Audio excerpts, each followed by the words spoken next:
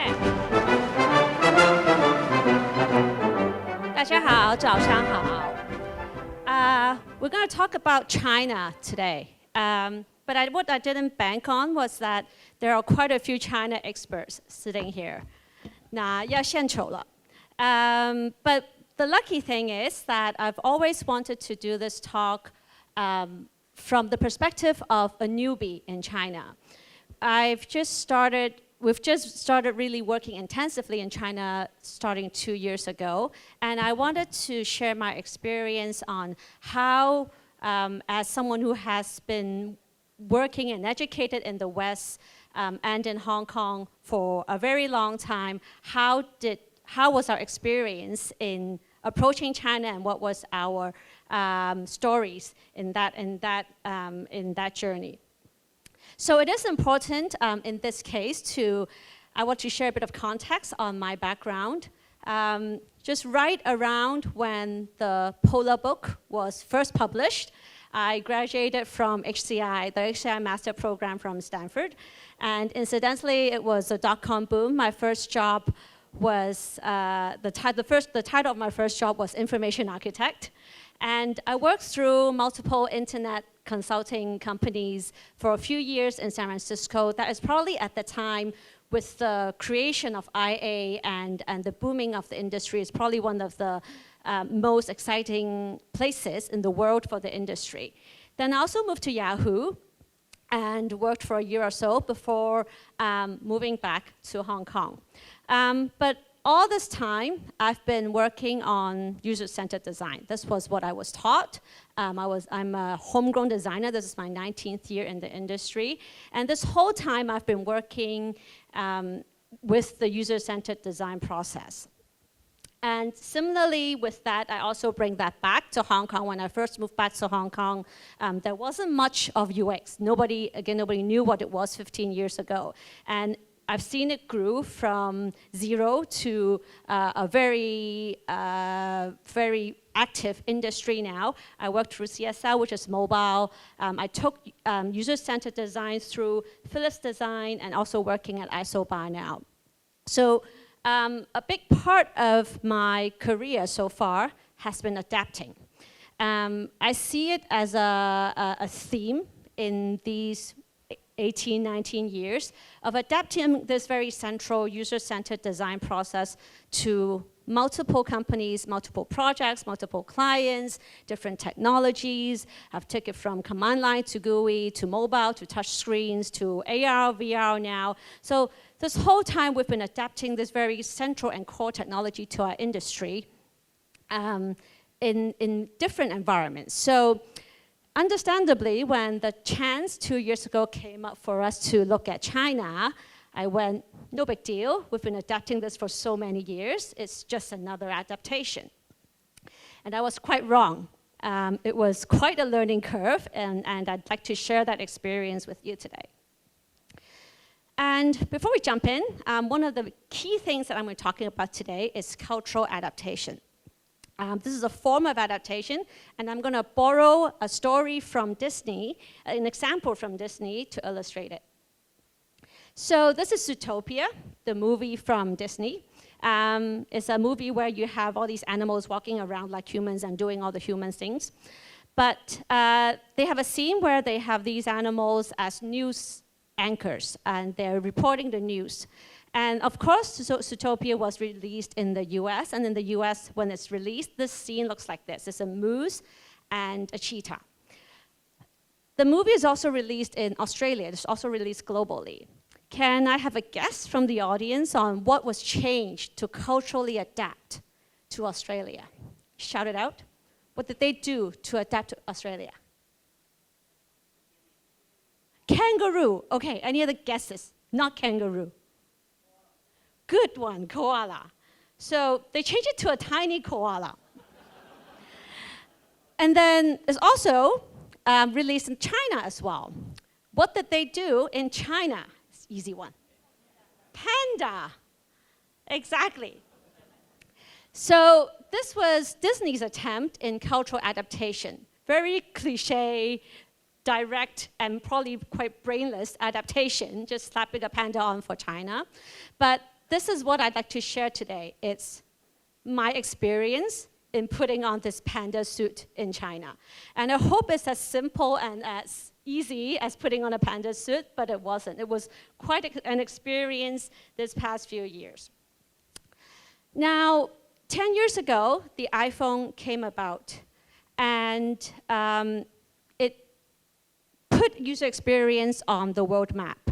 Because of the iPhone, a lot of the consumers started understanding what user experience mean. And this was 2007, and at that time, along with that, Apple also introduced a very, prominent design rule where we're going for simplicity, we're going for cleanliness, and that had pretty much stuck with the industry these past years. It's been a mantra that we've been taught with. We've been very used to it. The larger brands, Google, Facebook, all the Western brands, and I'm sure a lot of kind of Taiwan designers also are taught, brought up as designers using those rules. And at the same time, China's internet is also coming about. And in 2007, we see Taobao like this, and Sina like this. And inevitably, when we look at Apple, and then we see this, we go, what's that? And one of the most natural responses to this would be, and I said it myself, is, oh, they're just 20 years behind the West. They have not learned it yet, and they're going to catch up soon. So we waited a few more years, and not a lot changed. It improved a little, and we're still waiting for them to kind of catch up to the West for Chinese web and Chinese design. And as we waited a few more years, this was taken last week, Taobao 2018. Sina looks kind of like this, and we have Xiaomi as well. The world is starting to realize that China is not really following the West. We were expecting them to get closer to what we know as Western design, but we're starting to realize that, hold on, they're doing something different. They're doing something of their own. They are starting to have their own ecosystem, a very advanced ecosystem, and the world has to kind of dig in to understand a little more on what's happening in that part of the world. And what we have to first realize is, how is China so different? A lot of us have designed for different countries, different locales, and it's pretty normal to think that, if I'm designing for audiences in Taiwan, they are of course different if I'm designing for audiences in the United States per se. Why is China so different that it's always being singled out now as this special locale and area and country that we need to look at? And to do that, there's no better way to do that than to demonstrate it with one of the strongest brands that's dominating China now. They're trying to copy them. And the greatest example of this is WeChat. WeChat is an example of, for lack of a better word, a super app. It's a Swiss Army knife that basically does everything for you. It's your WhatsApp, Facebook, Skype, and Uber. It's your Amazon, Instagram, Venmo, and Tinder. But it's other things we don't even have apps for. There are hospitals that have built out whole appointment booking systems. There are investment services. There are even heat maps that show how crowded a place is, be it your favorite shopping mall or a popular tourist site. The list of services goes on basically forever. But it's not the variety of things you can do on WeChat that makes it so powerful. It's the fact that they're all in one app. So why does that matter? Hypothetically, imagine you're sitting at home and one day you notice your corgi is dirty. You open WeChat, hit a few buttons, and a few hours later a man shows up at your door with some shampoo and a big vacuum. Your dog gets cleaned and he looks great. You take a photo, you share it with your friends, and tag the dog cleaning business. You haven't left the app. Your friend who likes Hello Kitty and works a boring office job is slacking off at work and looking at WeChat. She sees the photo of your clean corgi. She decides she wants her poodle cleaned. She clicks the tag on your photo and orders the same service. Within seconds, the man with the big vacuum is on his way to her house. She pays him, and he's happy because he got paid instantly on WeChat. She starts chatting with you to thank you. Neither of you have left the app. While chatting, she tells you about a new hip noodle joint. She says, you have to come. It's a schlep, but you accept. She orders food while still at her desk. You order a taxi. She pays for the food.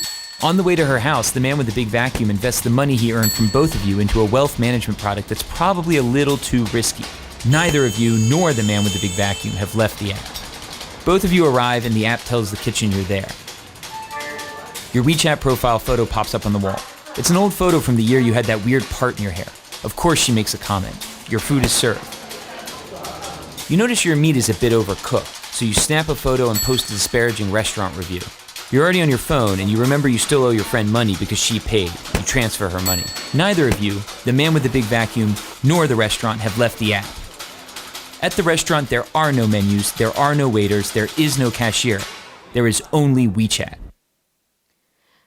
I came across this video 2 years ago, just as I was starting on my China projects. And before that, I've been dipping and dapping. I go to China, Shanghai particularly, one to twice a year. And you hear things about WeChat here and there. You don't know too much about it. You hear it's kind of big with WeChat, Alibaba. And then I saw this. It was a very quick, few minutes lesson for me. And it really demonstrated to me the depth of these social media apps that has been dominating China and how they're affecting everyday lives. The impact, it made a really strong impact on me for a first understanding on how powerful these different platforms are in China and how different they are working now. So why is it so different? What makes China's ecosystem and tech development so different from the West as we had known? And I've pulled out 5 aspects that I've identified that I think contributed to what China is today. And I hope you can appreciate as I'm going through this, I haven't been able to put any order in this. There's no hierarchy. But I hope you realize that as I'm talking through this, how interconnected and intertwined these different aspects are. And very much of that can also represent how the China digital world, digital planet is today. It is extremely connected by many, many different criteria and different elements. It is very successful. And it's also very jumbled. There's a lot going on, and while it's successful, it's also very messy. So we jumped into the first point, the power of the masses. We all know that China is the most populous country on earth, 1.4 billion to be exact now. And with this mass, comes the biggest domestic market in the world. But having a lot of people is only half of it. The other half that's really pushing the tech industry is the mobile penetration.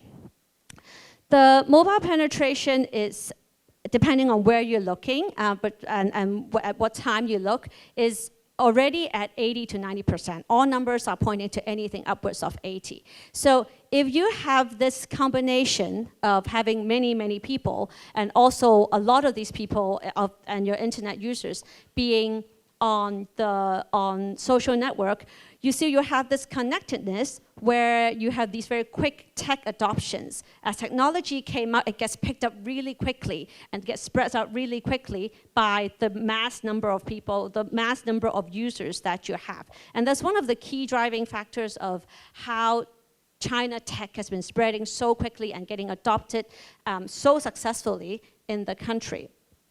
And to demonstrate the power and actually the massiveness of that, a lot of times we use 60 seconds in China to demonstrate the numbers. Basically, we have to break it down into 60 seconds. For example, 100 million spent in Chinese yuan in 60 seconds.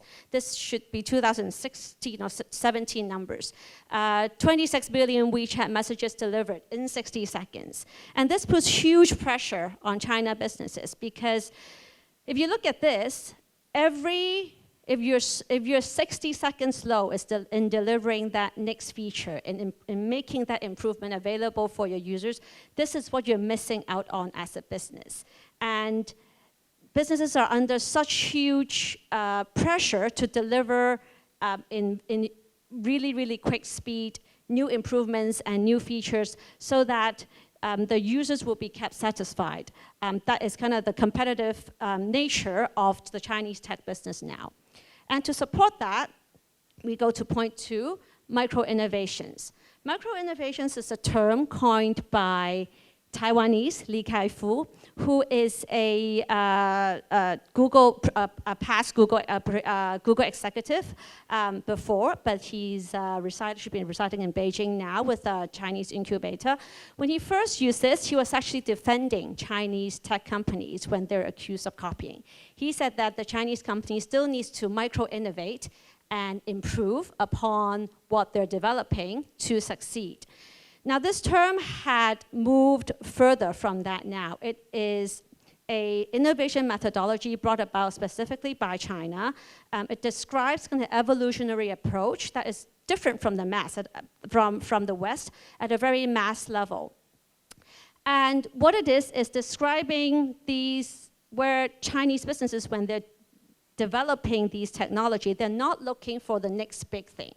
They're looking for the next small improvement that they can make, and they're looking for that small thing where they can extend that application a little further, extend that feature a little further, improve that feature that a lot of users like a little further to gain that market share and to keep their users happy.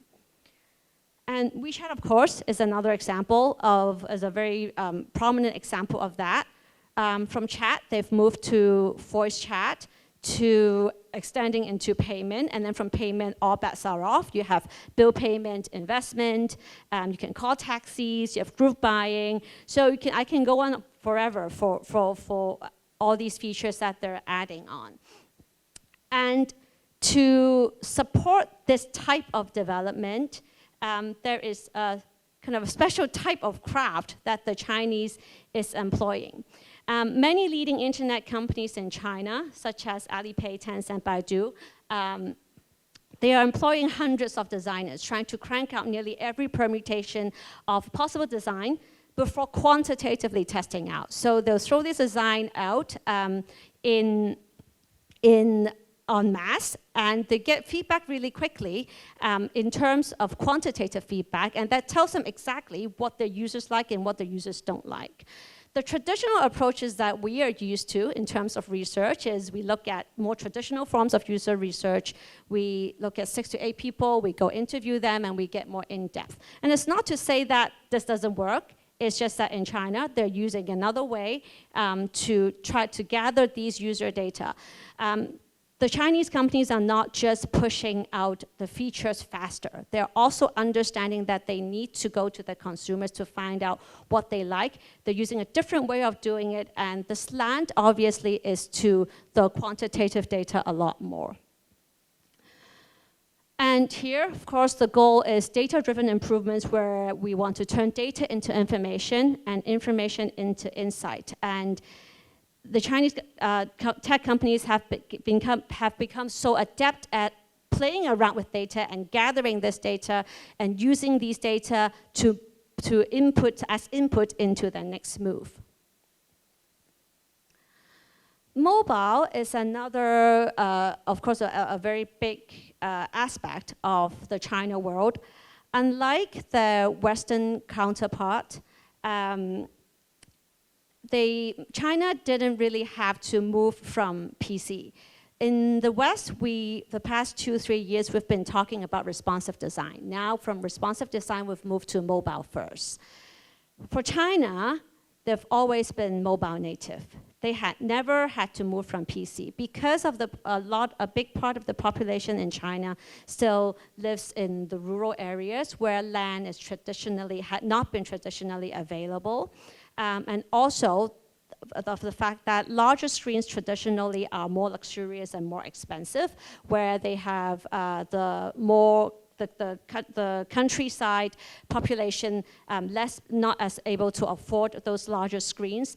They had always started surfing the internet on mobile. And with that, you have really true mobile natives who never had to transition from desktops. As designers and consumers, the past few years, we have been transitioning from web design to mobile design. And we're getting better at that, and we're looking at mobile first now. China had always been mobile only. And so if you look at this, a lot of the innovations had also come out in the mobile arena. And I'll show a few examples. WeChat again. QR code. QR code has been invented originally where you have a QR code and you scan the QR code in the physical world, and that links you with a link to the internet world on your mobile.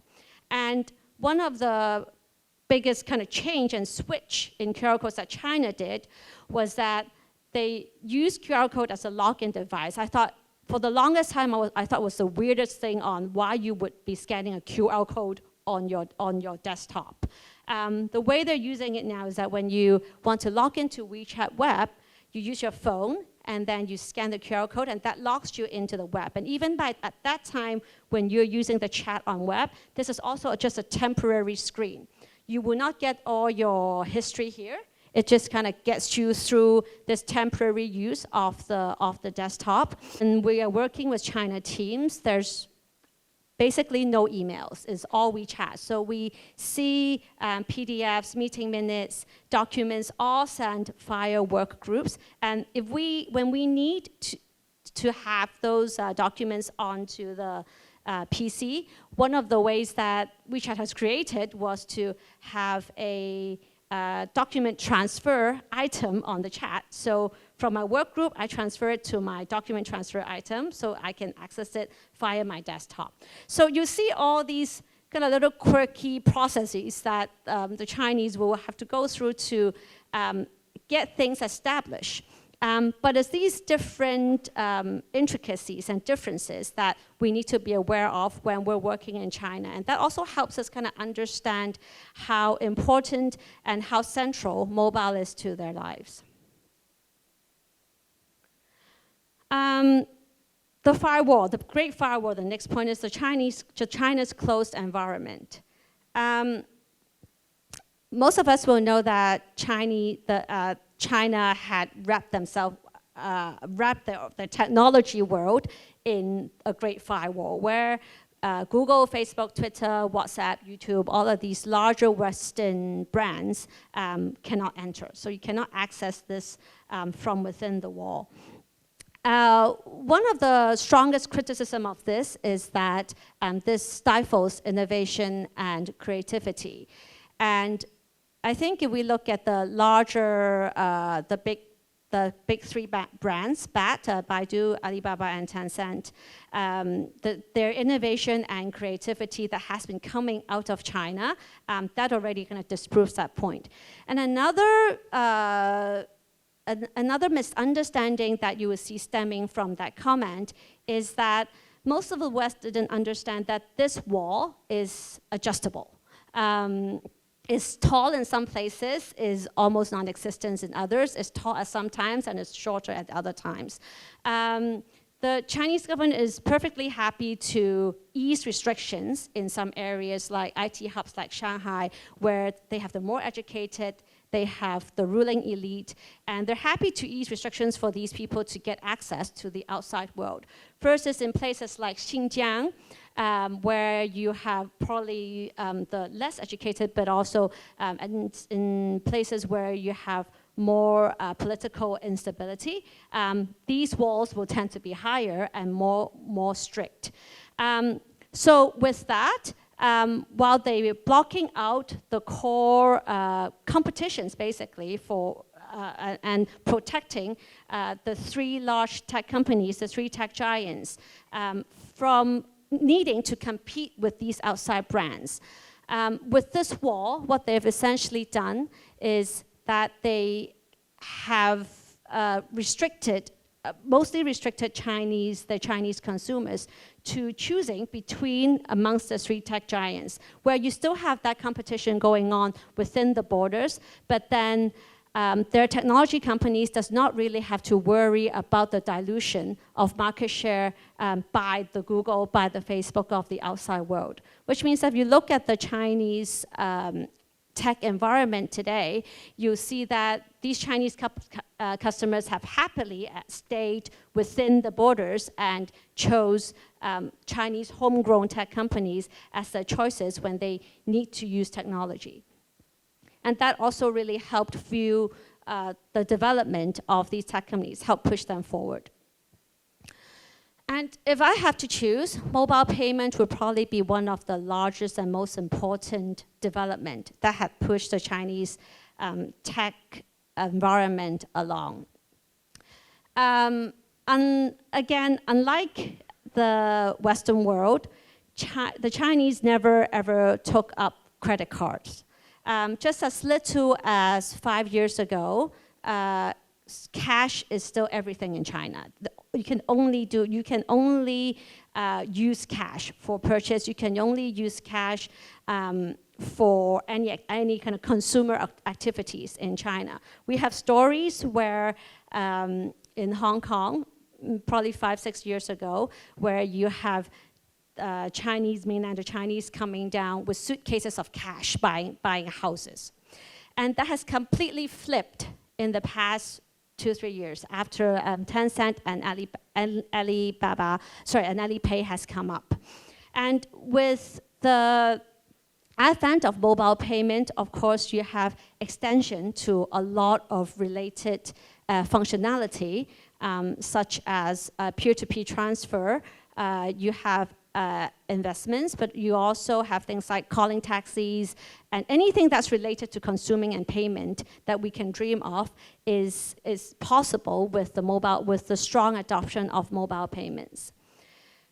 Now, mobile payment is really widespread in China, and you see that it's available everywhere, from your large shops to your small stores to street vendors to even beggars are using QR code to accept payments.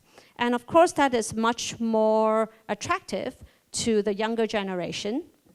This quote from an 18-year-old in China says that she now only carries a 50 yuan bill in my wallet, just in case. And it's been there for months. They pay for everything with their phone.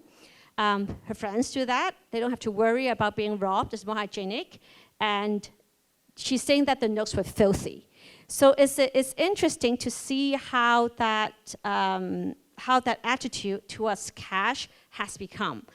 This is to the younger generation, and I think it also has spread towards kind of the older generations as well, and that's driving that huge adoption of mobile payment. Just back in 2016, you'll have China mobile payments already at 11 times that of the United States. And also, along with mobile payment, that also extends, of course, into other finance products, investments, 电子红包. This is one of the most popular feature, of course, that WeChat has put out, and isn't restricted only to Chinese New Year. They're using it for normal peer-to-peer transfer, for gifts, etc.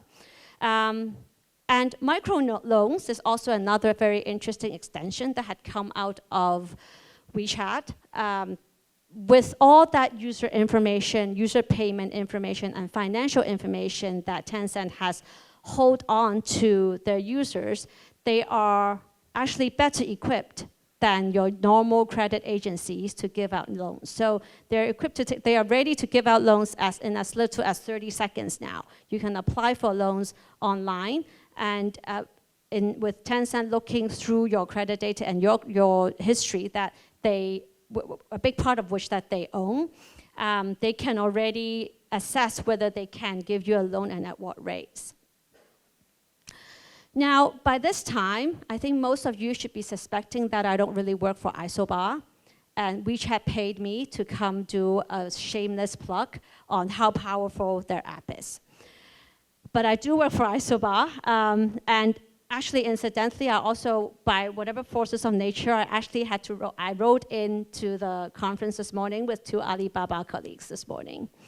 But there is concern now that as one single app is getting so powerful, it's almost a vicious cycle where WeChat is at a point where it's really dominating the tech scene. As it extends its reach outside of chat, outside of payment, onto many, many other different areas, businesses are depending more and more on WeChat. And it is, it's a very sticky app, as you have seen in the video, and the more features we're pouring it in, the more sticky it gets. And as we go to things like official government IDs and everyday payments, Chinese users are stuck on this. And if there's one app that is so powerful in the Western world, it will be named a monopoly, and people will start to notice. In the China world, I think we're seeing articles that shows concern now, but this is something that I think is still yet to be cleared up and we'll need to see how this develops. But it's absolutely becoming one app that the whole China is getting very sticky on. So after looking at the factors that kind of make China different or make China what it is today, I'd like to kind of move into what does it mean by China design. This is a snapshot of the apps that we've took in China. And if you take another 20, it's going to look almost exactly like that as well. And you see that is very homogeneous.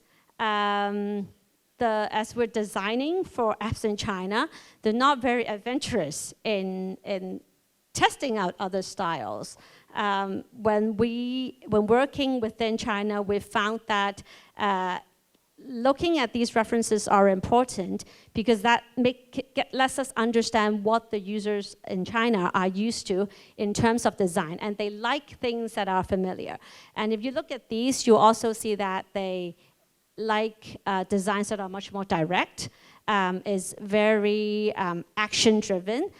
They like to see a lot more on the screens as compared to the Western apps that we design.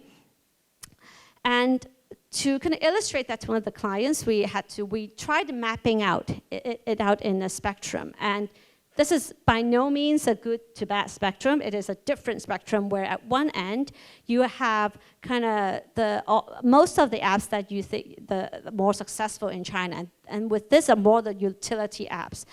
You see that the apps that are successful in China are most likely the apps that provides utility functions like KFC food ordering, like Starbucks, like travel, C-Trip travel booking, Jingdong shopping, and Dianping, where you put in reviews. And as you move towards the other spectrum, that's how kind of in the West we had traditionally more design apps where you have more brand imagery, you look at more inspirational messages. There is actually probably a stronger proportion of apps that are more focused on commerce and branding if we compare that to the successful apps in China.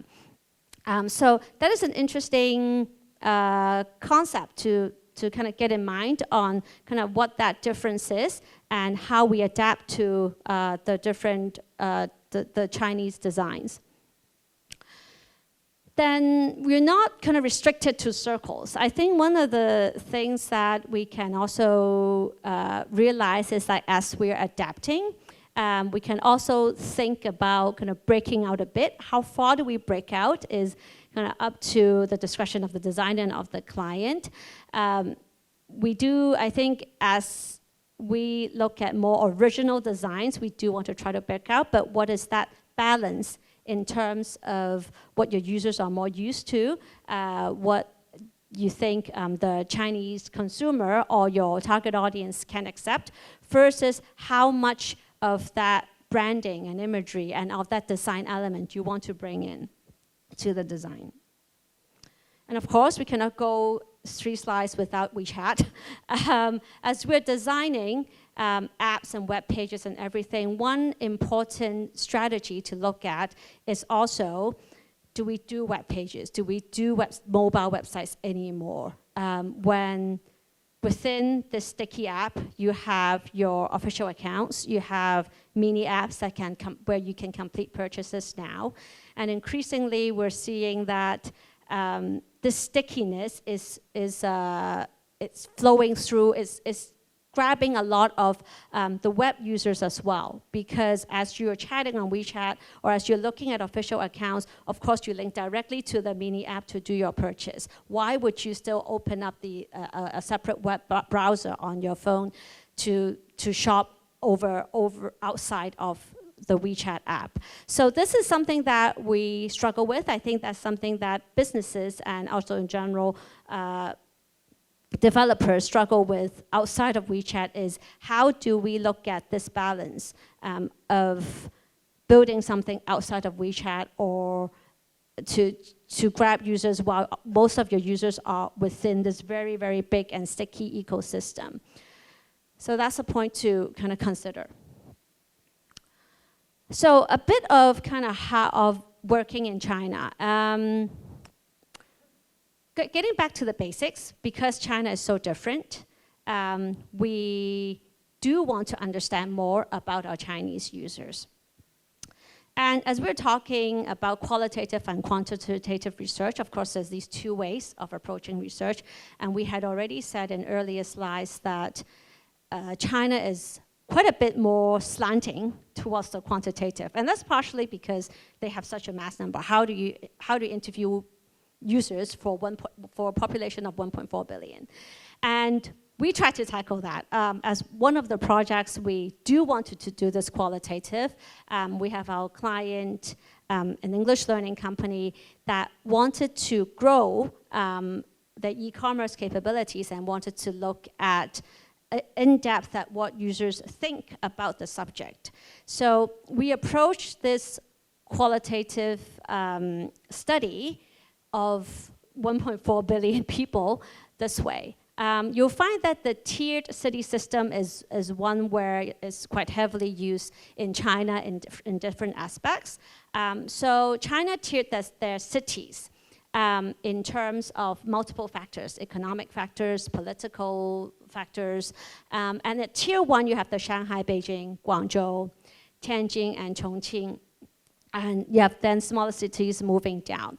And that also sits in line with how most businesses developed or gain their businesses. Most of your businesses will kind of grow up their business in the tier 1 cities first, and then they will look at expanding into tier 2 and tier 3. And that's exactly also how we had planned our research as well. So that coincides with how the business is growing as well. On top of the tier cities, of course, you have to look at things like behavioral cases. We look at kind of the place where the customer is in the user journey as they're purchasing. We look at the different types of income levels across these different tiers. So there are many other different criteria that goes into this segmentation as well. But the tier city is definitely one of the main criteria that we're looking at to try to understand of all these people in China, how do you start systematically segmenting them and looking at them in a systematic format. And we do found, patterns from, we found directional differences across the different tiers. For example, in terms of motivation, you have the tier 1 cities getting more exposure and awareness that they have to learn English, so they're more motivated. And as you move down to lower city tier levels, you have those less of a need for those consumers to learn English. In terms of price and value, because generally in the lower tier cities, you have people who are lower in income, so the price sensitivity increased. They're much more sensitive to prices. In terms of brand awareness, tier 1 cities much more developed in terms of information and internet access and all that, so you have brand awareness much higher. So these are quite expected results, as you can basically guess at what these patterns are. But the strength in doing these in-depth interviews and focus groups is that we are confirming kind of these different factors and different directions for the different topics and across the different tier cities. It gives us much more anecdotal results to plan our next move in terms of the business. Gives them a much more in-depth view of who their users are across these different tiers, in addition to the quantitative data that they're very used to. And of course, when doing research, we also have to recruit users.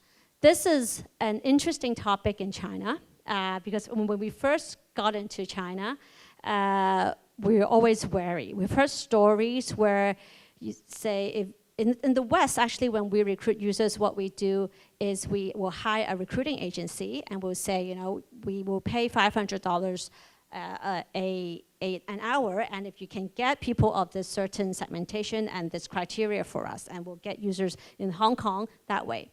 In China, we've heard stories that you might get fake users that way. You might get people who just want the money to come and not really help you with the research. So recruiting users in China, one way would be to do it via connections. Connections via colleagues, connections via friends and friends of friends. That is probably with the environment that is more focused on relationship and more focused on kind of helping each other out, but with the people you know. That's one way that we've looked at in recruiting users to try to get away from the risk of having users who are coming in only for the money. And that might probably be changing as, you know, as the Chinese economic situation develops. But relationships and also recruiting via personal contacts is one way to do it when we're recruiting users that has been quite successful for us. So how do you approach design in China when things inside are so different? How do you even start learning and thinking about it? Leveraging references is one really main thing for us as we move in from a Western point of view and a Western world. We need to spend quite a bit of effort and purpose in understanding for the specific domain that we are developing and designing for, what are the Chinese used to in terms of their internal markets. Increasingly, we have clients coming to us that says, we want a China strategy, we want a China website. So in those particular domains, we need to look at what are our options and what is the country and the market used to, and we can design accordingly that way. Instead of starting from our very normal perception of what, for example, a hotel website should look like, we would go in and look at the China references to get a first glimpse first as a starting point. This is where you as Taiwan designers have a very big advantage, more than us in Hong Kong, I think. Chinese on interfaces, of course, looks very different from English. And I think there's a way to design for Chinese characters. And because Isobar in Hong Kong is a very international office as well, we have been used to designing interfaces in English. So in thinking about having Chinese on an interface, that's also a switch for us. And that's where I think as Taiwanese designers, you would have quite a good grasp in terms of how Chinese should go on interfaces, and that would be less of an issue for designers that are more used to Chinese. Internet speed is another interesting topic that the Chinese are worried about. Very often we would have, and realistically we have a lot of clients where when we built them a website, as the website goes into China, a lot of times we will get complaints that, oh, the website's really slow today, what's going on? And we're still battling with this problem of, in general, the land speeds in China are slower. The mobile speed, because they're so focused on mobile, are reasonably better, but then the land speed for some reason are quite a bit worse than what it is outside of China. So as we're designing for elements and videos and those things that will take a bit more bandwidth to to get through, you have to be aware of the fact that the landlines are considerably slower at times. So we do have Chinese clients quite worried and concerned about, as we're putting things like videos on web pages, how would they load up in China? There are different ways to get around it now, like China proxies, but those are things that needs to be taken into account as we're designing for the China world. So as we've went through kind of China designs, we've went through the different factors of why China is different. I'd like to share a few thoughts on what had been successful, I think, in our approach and experience in starting our work in China. I've mentioned earlier that I have adapted the user-centered design for many, many years. And it has served me really well in the Western world for 18 years, from designing in the US to Hong Kong. But if this was the only tool, the methodology that I had brought into China, it would have been my worst asset. Only bringing in a methodology will not work. You need these things. First, an open mind. In China, you'll see, as I've shown you earlier, you see a lot that almost goes against what you had been taught in design school. So keeping an open mind is really important. Keeping an open mind to understand why things are working for this mass number of people, when at first glance, it might feel that it's completely opposite to any design rules or design guidelines that we have been taught. That has helped us to stay open and push forward when we see examples and see references that doesn't make sense. It's a lot about understanding the context that design is used in and why is it working. And by no means I'm saying that there's no way to improve. There's a lot to improve when we look at designs in China. But it is about understanding and accepting the fact that a lot of people are using this. There's way to improve on it, but we need to understand what's working and then dig into, and then the next step is looking into what's not and to improve upon it, instead of just looking at it and say, this is just bad. And similarly, along the same lines is stay humble and learn. With 18 years in a certain methodology, it's easier to be dismissing what's going on in a new world. We literally approached it as a new planet. I looked at it like learning a new language. There was so much I had to learn when we first moved in. We're very lucky with our Isobar China team and also with clients who would teach us and would kind of guide the way as we go through learning the whole ecosystem, what's happening in China. But we have to stay humble and keep learning kind of all the new things that are coming out at tremendous speed that's coming out of China. And I think the last point is to experience it for yourself. Until you have stand on the streets of Shanghai in 2 degrees when for 15 minutes you've been trying to flag down a cab, you cannot flag it down, and for the same 15 minutes you've been trying to link that damn international credit card to WeChat, but it wouldn't work, and until you kind of pay for your first Zhenzhu Naicha with your own WeChat, you wouldn't realize the inconvenience and also the convenience that this whole ecosystem is bringing to the Chinese audience. So as much as you can read about it, as much as you can watch videos about it, there's nothing like going there for a few days and experiencing kind of what they are going through, and that would contribute greatly, I think, to a design process had you have the chance to design for China. And with that, I think I'm right on time, and I'll stop. Thank you.